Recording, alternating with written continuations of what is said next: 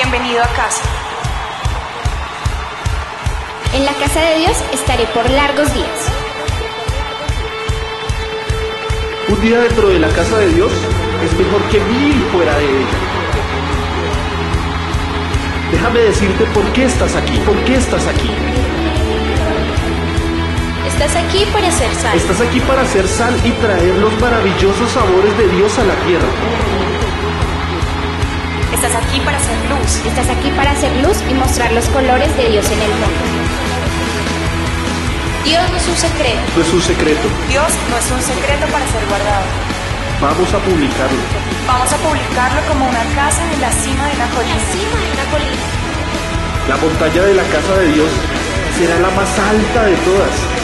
La iglesia siempre será mi casa. Mi casa Mi casa. Mi casa. Mi casa. es donde siempre quiero estar y estoy aquí para bien.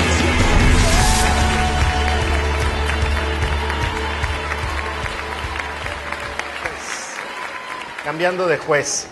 Hace algunos días, o tal vez el mes pasado, estábamos leyendo sobre el libro de Job, y en una ocasión me parece que escribí en cuanto al juicio que de repente levantamos hacia los demás. Y decía yo que cuando nosotros estamos buscando la justicia de Dios, debemos de tener mucho cuidado. Porque en la medida que nosotros buscamos la justicia de Dios, para que se aplique a todo nuestro alrededor, especialmente a nuestros enemigos, ¿verdad?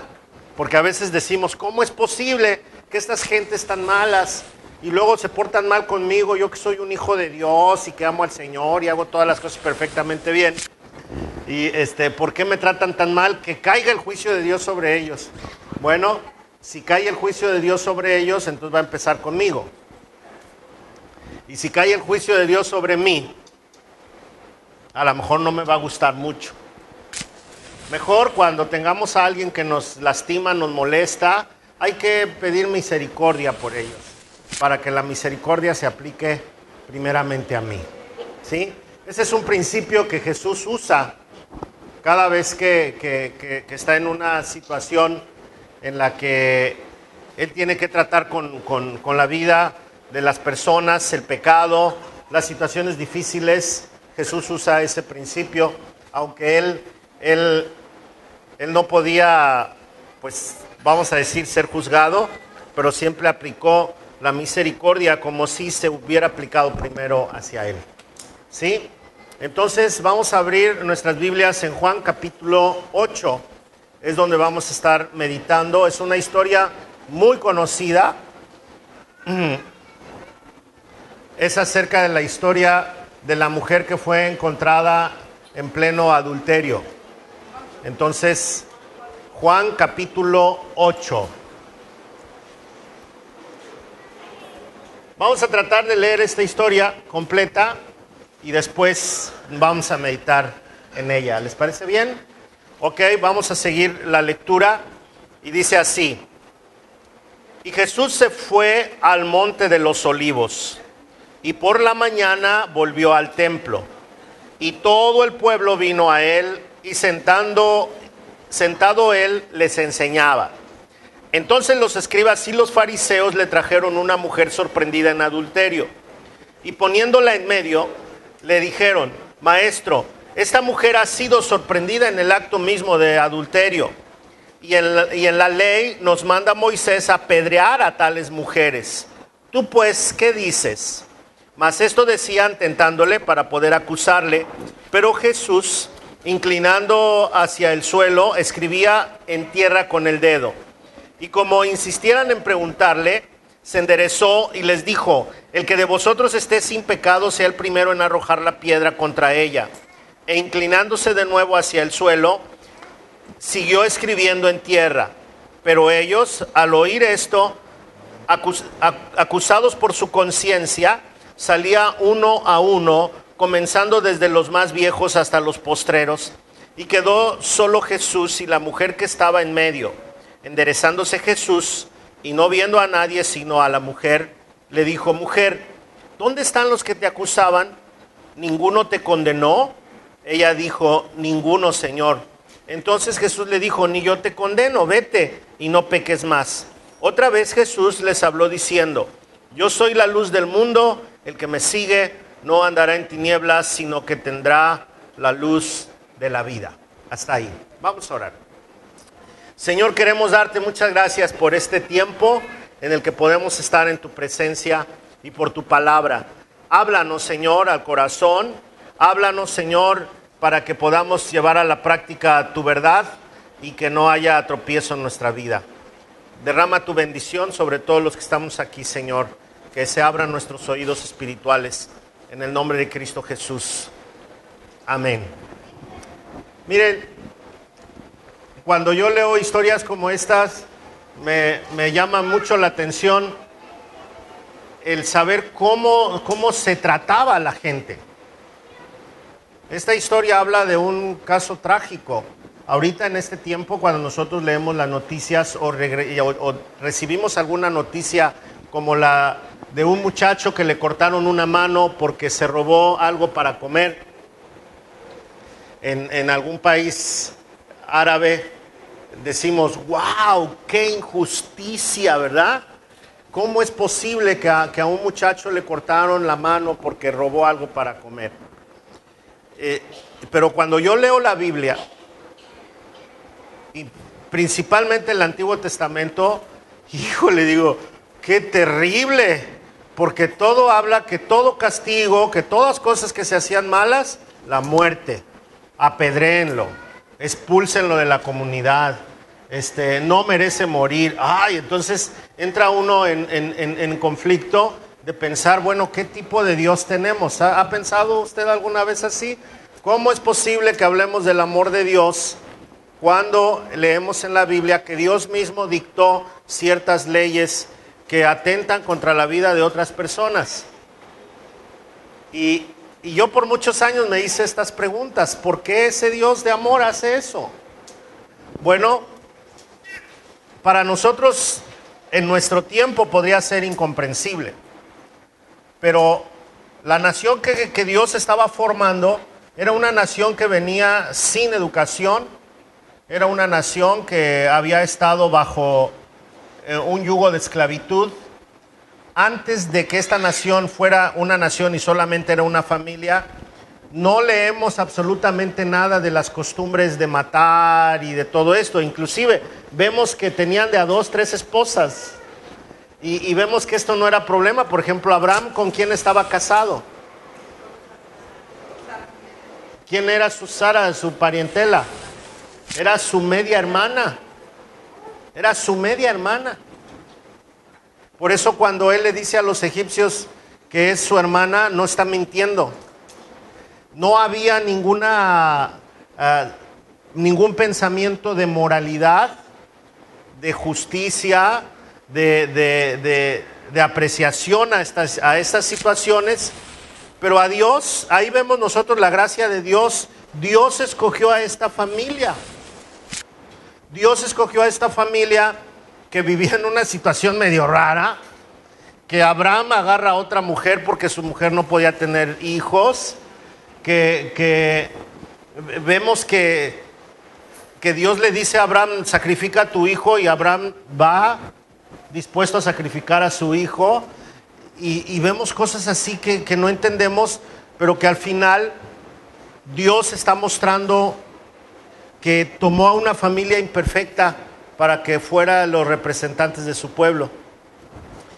Los mete a Egipto y en Egipto son esclavos, a pesar de que son el pueblo de Dios, pero después los saca de ahí y les da ciertas reglas que son contundentes, pero que sin ellas ellos no hubiesen podido ser la nación que son ahora. La familia judía es la dueña del mundo, prácticamente. Los judíos son los hombres más ricos del mundo, entre ellos Slim. Entonces, ellos, la mayoría de ellos se rigen por ciertas costumbres que son las basadas en la Biblia. Entre ellas, por ejemplo, el adulterio se castigaba con la muerte. El adulterio se castigaba con la muerte. ¿Por qué? Porque una vez que salieron de Egipto, se habló acerca de la unión conyugal. Y la unión conyugal, dice el Señor, que se hace uno un espíritu con la otra persona. Entonces, al hacerse un espíritu con la otra persona, la unión conyugal se convirtió en algo santo, sagrado, algo puro y correcto delante de Dios. Pero una vez que se salió de orden, entonces Dios manda a que aniquilen a estas personas, no con el propósito de hacerlas sufrir, sino con el propósito de aniquilar esta costumbre en el pueblo. Y entonces el factor temor o miedo era el que les motivaba a no hacerlo. En este caso, Jesús nace en esa ley, Jesús nace en esta situación, y ahora Él como Dios en la tierra tiene que tomar una decisión. La ley decía que esta mujer tenía que morir. Y ahí estaba presente el que hizo la ley, ¿o no? Si Él era Dios, si Él era el Mesías, Él tenía que cumplir la ley, ¿o no? Es un poquito absurdo que el que hizo la ley no la cumpla, ¿no? Sin embargo, ya leímos la historia y vimos que la mujer no fue apedreada. ¿Por qué se dio esto? ¿Por qué se dio? Bueno, precisamente vamos a tener esta meditación para ver por qué se dio esto. En primer lugar, quiero aclarar que la mujer que está aquí no sabemos cuál es su nombre. La tradición le puso María Magdalena, pero no es Magdalena. Tampoco María Magdalena es la mujer del pozo que tuvo 7 maridos. No es Magdalena. Tampoco Magdalena es la que vino a lavarle los pies a Jesús con sus lágrimas. Tampoco se llama Magdalena. La Biblia solamente menciona a Magdalena como la mujer a la cual le sacaron 7 demonios. Y luego Magdalena va a la tumba a buscar el cuerpo de Jesús para ungirlo con las especies aromáticas. Entonces, si alguno vivió engañado toda su vida que María Magdalena era una prostituta o una mujer adúltera, bórrense eso de la mente. La Biblia nunca dice eso. Es una tradición que nació, que así se dijo, pero que no existe. ¿Sí? Es algo que no existe. Magdalena tampoco es un nombre. Magdalena es que María era de Magdala, de una región, un pueblo llamado Magdala, y por eso le decían María Magdalena o la de Magdala. Pero por ser de Magdala le pusieron Magdalena y ahora es un nombre común entre nosotros, ¿verdad?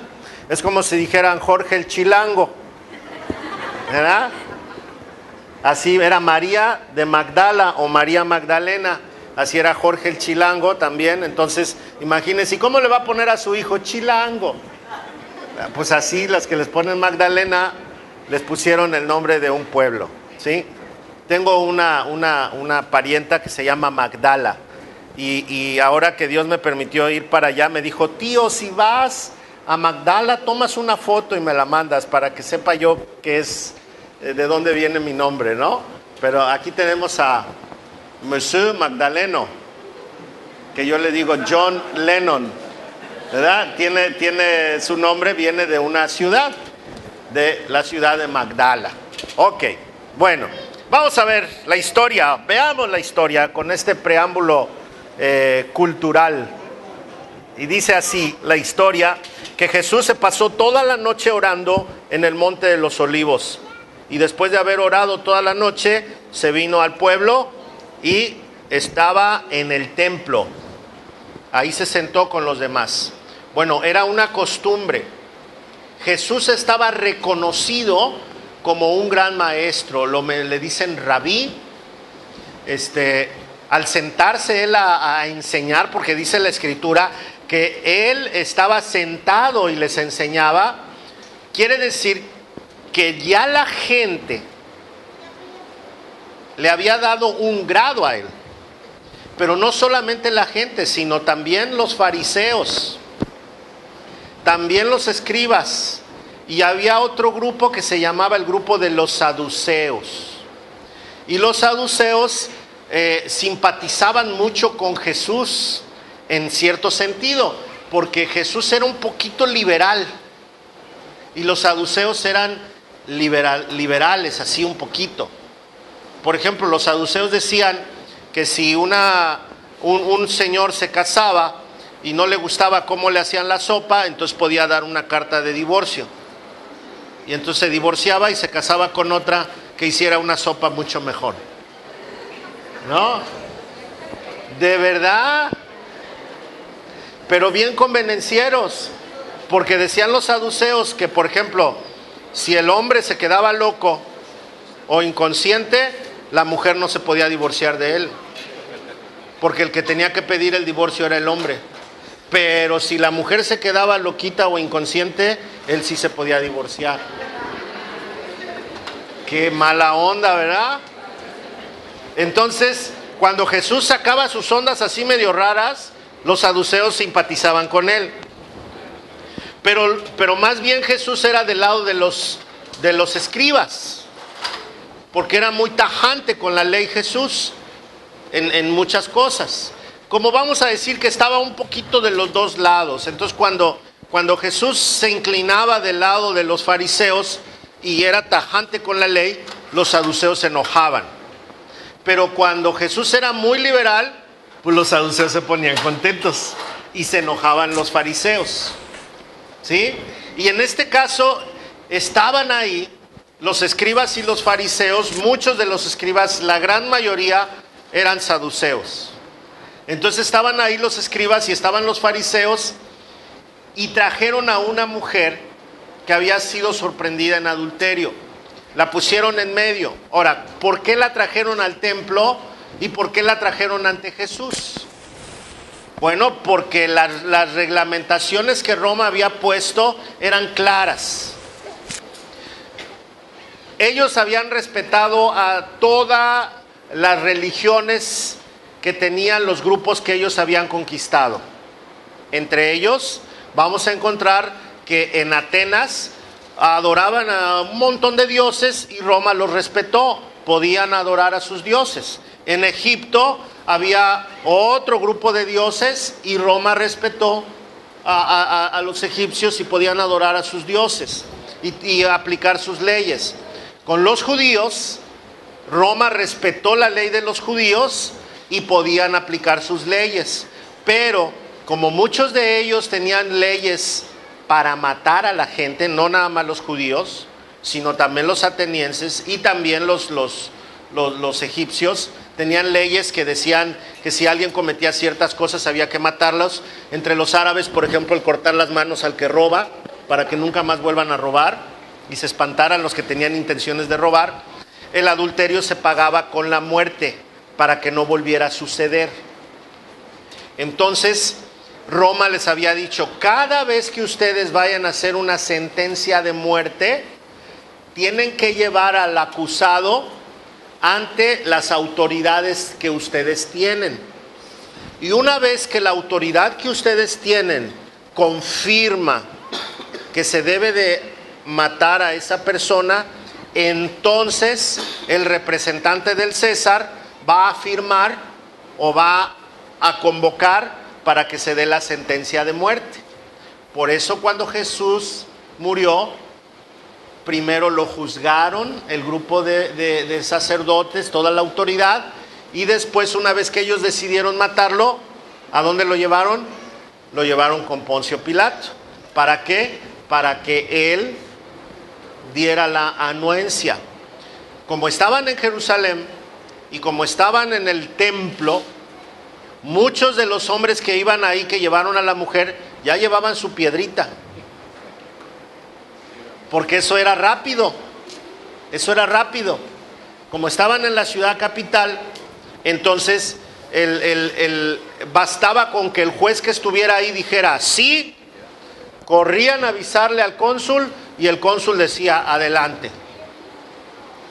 Y entonces entre todos agarraban a la mujer, la sacaban de los muros, porque no la mataban ahí, la sacaban de entre los muros, y allá afuerita, nada más tocando afuera, tras se soltaban todos a apedrearla para matarla.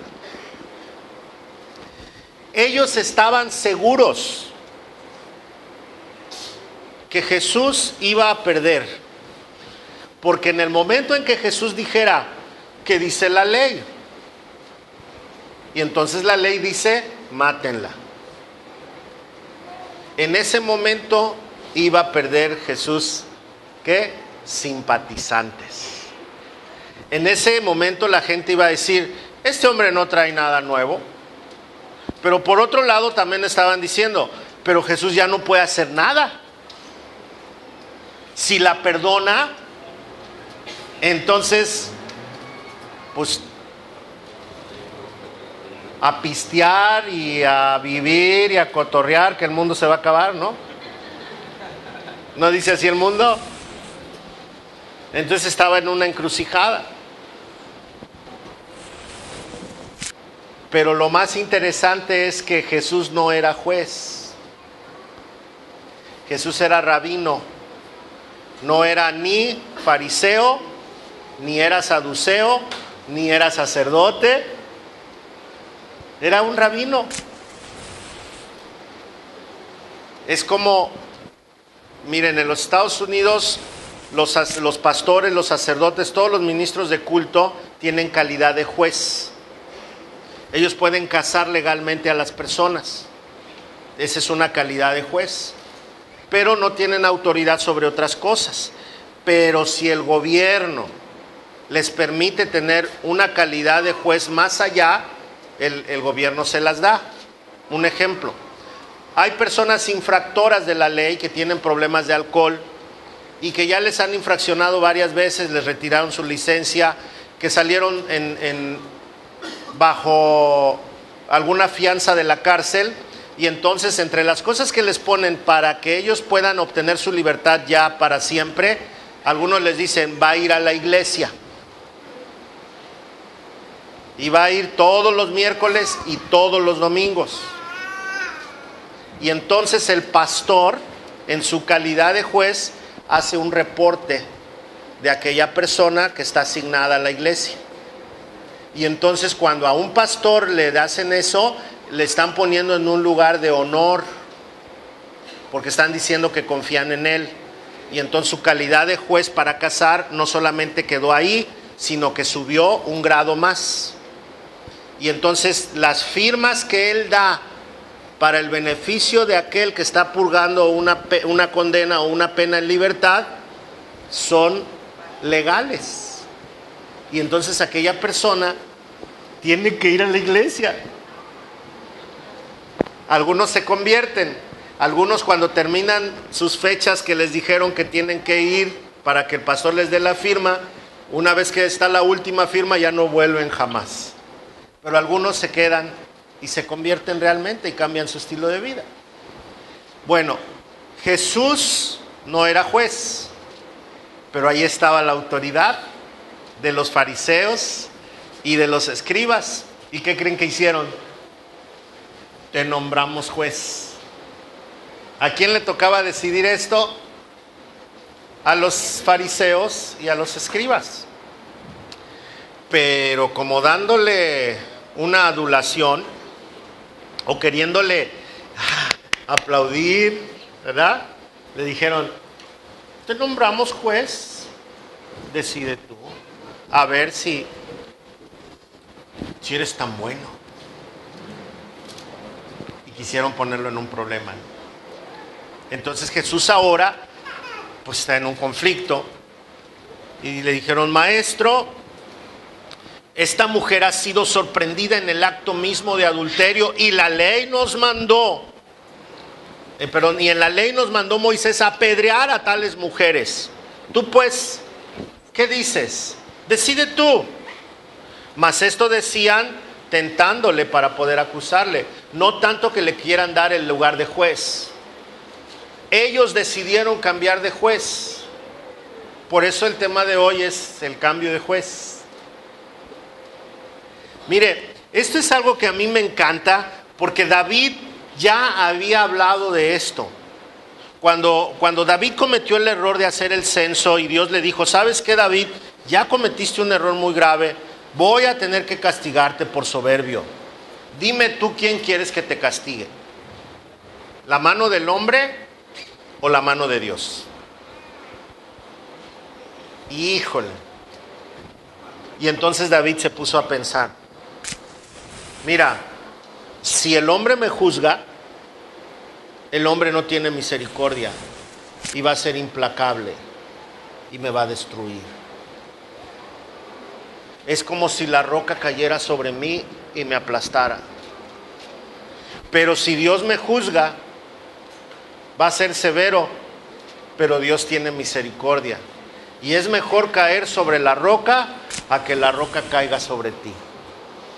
Y entonces dijo, mejor que me juzgue Dios y no los hombres. Esta es la escena. Esta es como una profecía. ¿Por qué? Porque esta mujer está ahí y ella está viviendo esta situación, y ahora ella tiene dos jueces frente a ella: el juez hombre y el juez Dios. Qué privilegio, ¿no? De saber que están los dos jueces. Pero más adelante ella se va a enterar que es Dios quien decide sobre su vida. ¿No es emocionante esto? ¿Por quién queremos ser juzgados nosotros?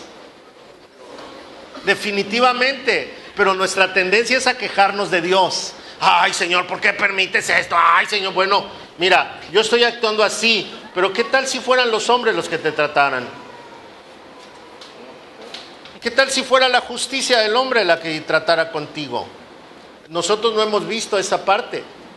Por eso nos quejamos mucho de Dios. Dios pone disciplina en nosotros, pero nunca va a ser más severo que el hombre. El hombre es despiadado y no tiene misericordia como la que tiene Dios. Amén. Así que a esta mujer le toca esa bendición de estar en la silla de acusado, pero con dos jueces. Y estos hombres, por querer tentar a Jesús, hicieron un cambio de juez. Hicieron un cambio de juez. Y entonces este juez dice que no dijo nada. Se inclinó hacia el suelo, escribía en tierra con el dedo. Y entonces la gente dijeron, hello, te hablamos, ¿no oíste? Porque Jesús así como que los ignoró y se puso a, ¡hey! Dice, y como insistían en preguntarles, se enderezó y les dijo, el que de vosotros esté sin pecado, pues el primero en arrojar la piedra contra ella. Y se volvió a agachar a escribir. ¿Cuántas veces se agachó? 2 veces. Los ignoró. Les dijo, éntrenle, ándele. La orden era, llévensela. Una vez un pastor dice que ¿qué escribiría Jesús en la tierra? ¿Qué escribiría? Y entonces dicen, a lo mejor estaba escribiendo los pecados de los que estaban ahí, ¿no? Empezó a escribir, fulanito, tal, y se fue. Dijo, no, yo ya me voy. Y luego escribió el pecado de otro y se fue. Eso es lo que dicen unos, ¿verdad?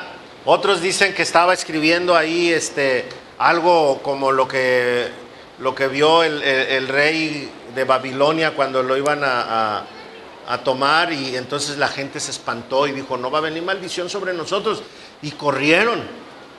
Y el pastor dice que él estudió la teología profunda y que él escribió, ¿y dónde está el pelao, pues? Porque nomás trajeron a la mujer y tenían que traer a los dos, y dice que todos se fueron a buscarlo, por eso. Entonces, la verdad es que no sabemos lo que escribió, ¿no? La verdad es que no sabemos lo que escribió. Sí. O estaba jugando, ¿eh? No, la verdad es que ellos estaban insistiendo, pero dice que Jesús siguió escribiendo, pero les quedó muy claro lo que Jesús les había dicho. El que esté libre de pecado, empiece. ¿Cómo sería la palabra que dio Jesús? ¿Con qué autoridad la diría? Yo no me imagino la autoridad de Jesús. Mire, no sé, de repente Dios, a ciertas personas, por la voz, por nuestra apariencia, somos signo de autoridad para algunos, ¿no? A mí me da risa cuando los niños se suben a la batería. El de Rosy. ¿Dónde está Rosy? Se tuvo que ir. Ok. El niño de Rosy se sube a la batería y... Y entonces, si aparezco yo y lo veo, digo, ¿quién está tocando la batería? Agarra los palitos, los acomoda, se baja despacito y hace así como que nadie lo vio, y luego me ve y me saluda. Pero yo no le dije nada, yo nada más pregunté quién está tocando la batería, ¿no? Y así algunos niños que se suben a ver quién toca la batería. Parece que los espanto. Pero ¿cómo sería la autoridad de Jesús cuando les dijo, el que esté libre, arroje la primera piedra? Yo estoy seguro que no habló como en las películas. ¿Cómo habla en las películas Jesús? El que esté libre, arroje la primera piedra. Oh, yo no creo que habló así Jesús como en las películas, ¿no? ¿Cómo sería la confrontación? No sé, no me lo imagino, pero creo que la autoridad ha de haber sido así muy fuerte, ¿no? No gritando, pero sí hablando con firmeza. A ver, órale, ¿quién está libre? Empiece. Y aquellos dicen, no, pues no. Y se empezaron a ir. Aquí lo más importante es cuando nosotros decidimos cambiar de juez. Ya no necesita usted ni yo el juicio de los hombres. Ya no necesitan decidir ellos cambiar de juez. Ahora, en estos días, nosotros tenemos la decisión en nuestras manos. ¿Qué tipo de juez queremos? En realidad, ¿estamos tomando en serio a Jesús como nuestro juez? Mire, en un momento cuando nosotros decidimos que Jesús sea nuestro juez, nuestra manera de vivir va a tener que cambiar, no por imposición, sino por la decisión que tomamos nosotros. Cuando yo decido que Jesús va a ser mi juez, entonces voy a decidir vivir de acuerdo a las exigencias de mi juez. Pero cuando yo decido que el mundo sea mi juez, voy a vivir de acuerdo a las exigencias que el mundo me da para juzgarme. Tal vez en este tiempo la manera de vivir me guste más que el mundo sea mi juez y no precisamente Dios. Porque ahorita el mundo me va a juzgar con el libertinaje que tiene el mundo. Pero el mundo no tiene misericordia. Y el mundo se va a reír de nosotros. Y el mundo es despiadado. El mundo nos va a abandonar. Vamos a terminar sin nada, sin nadie. Pero cuando decidimos que Jesús sea nuestro juez, en primer lugar, el vivir bajo la idea de Él posiblemente no sea tan agradable en nuestro tiempo, pero tiene mucho mejor fruto que el mundo ofrece. No es imposible tampoco. Es posible vivir de acuerdo a los lineamientos de Jesús. Pero es necesario decidirlo. Ahora, una multitud, una chusma no va a decidir quién va a ser mi juez, como lo decidieron con la mujer. pero yo sí decido quién va a ser mi juez. ¿Quién quieres que sea tu juez? ¿Quieres que la roca caiga sobre ti o caer mejor sobre la roca? Los dos duelen, pero uno lastima y otro destruye. Vamos a seguir leyendo, ¿sale? Pero ellos, al oír esto, acusados por su conciencia, salían uno a uno, comenzando desde los más viejos hasta los postreros o los más jóvenes. Y quedó solo Jesús y la mujer que estaba en medio. Se fueron hasta los fariseos y los escribas. Por eso me pregunto, ¿cómo sería la autoridad con la que dio estas palabras? Enderezándose Jesús, no viendo a nadie sino a la mujer, le dijo: mujer, ¿dónde están los que te acusaban? Cambió de juez, ¿verdad?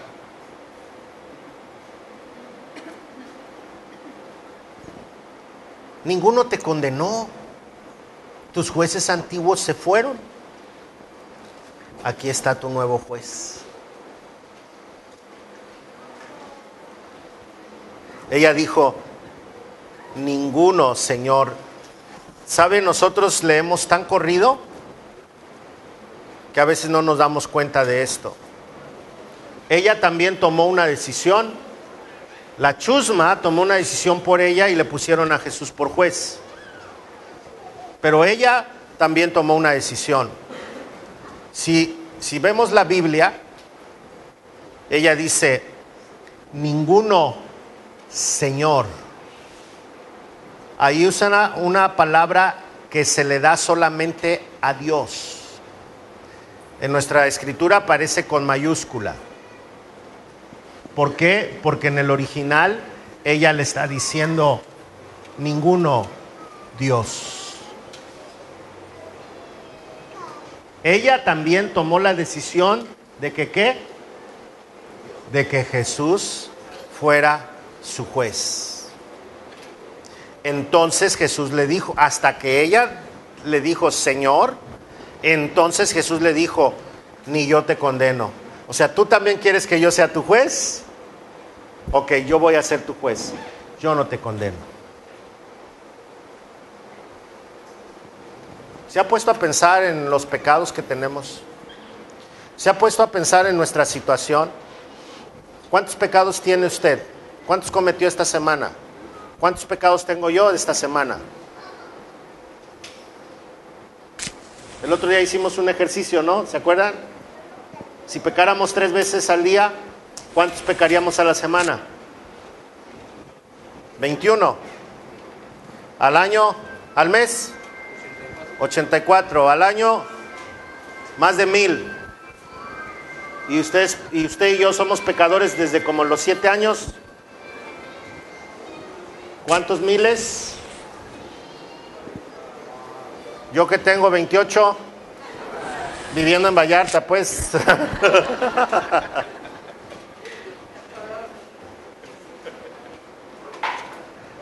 Pero 3 al día nomás, o sea, me fui cortitititito. Casi con alas, ¿verdad? Casi angelito, 3 al día. Tenemos chorrocientos mil.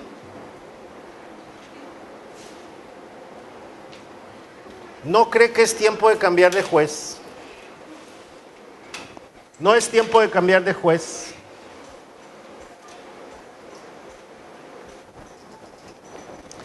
Jesús le dijo: ni yo te condeno. Vete. Y la parte que ya no nos gusta es la que sigue. Y no peques más. ¡Ah, qué chiste!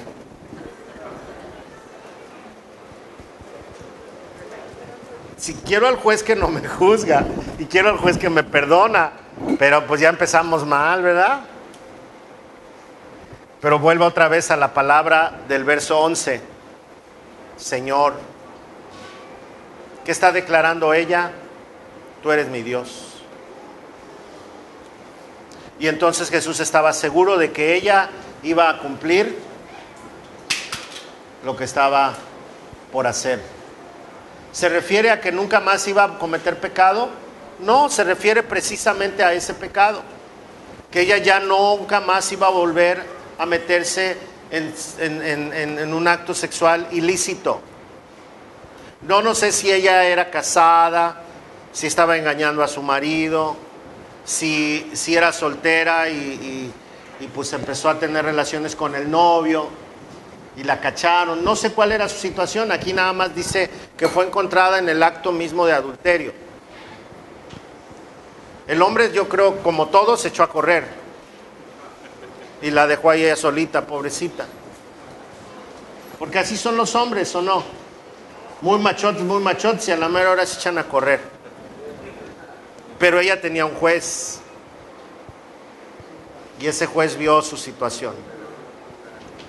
Y otra vez, muchos terminan la historia aquí, pero la frase del verso 12 enlaza la historia con la mujer y con la historia que sigue después. Esta es como la oración de conexión de un tema a otro. Lea conmigo el verso 12. Otra vez Jesús les habló diciendo: yo soy la luz del mundo. El que me sigue no andará en tinieblas, sino que tendrá la luz de la vida. Y esto es lo que la mujer tenía que seguir después. ¿Cómo no iba a pecar más?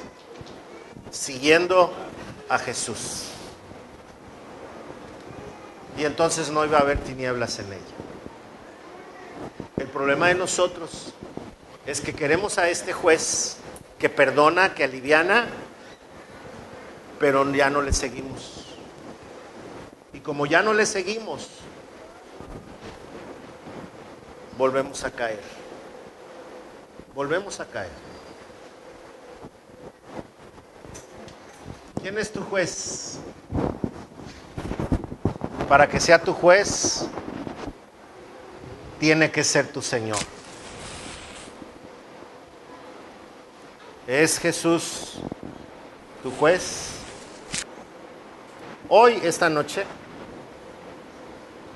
Dios nos ha dado una oportunidad de escoger. ¿Por quién quiero ser juzgado yo? ¿Por el mundo o por Dios?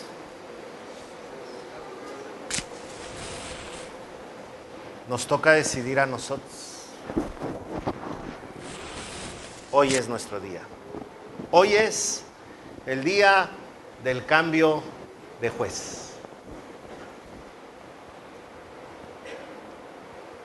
¿Dónde está tu juez?